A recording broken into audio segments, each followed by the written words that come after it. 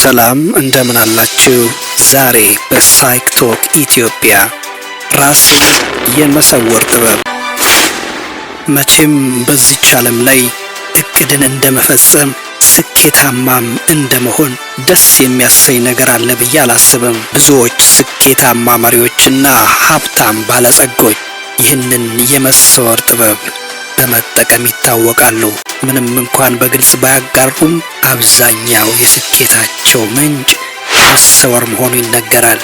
ስለዚህ ዛሬ ይህንን ድብቅ የሆነ የመሰወር ጥበብ ከኔ ጋር እንመለከታለን። አንድ ጊዜ ወደ መሰወር ማማ ላይ ከወጣን በኋላ እመኑን የሚያስመልሰን ማንኛውም ኃይል የለም። የምንወድቅበት አንዳች ምክንያት የለም። ከስኬት ወደ ስኬት፣ ከተሻለ ህይወት ወደ ተሻለ ህይወት እንጓዛለን እንጂ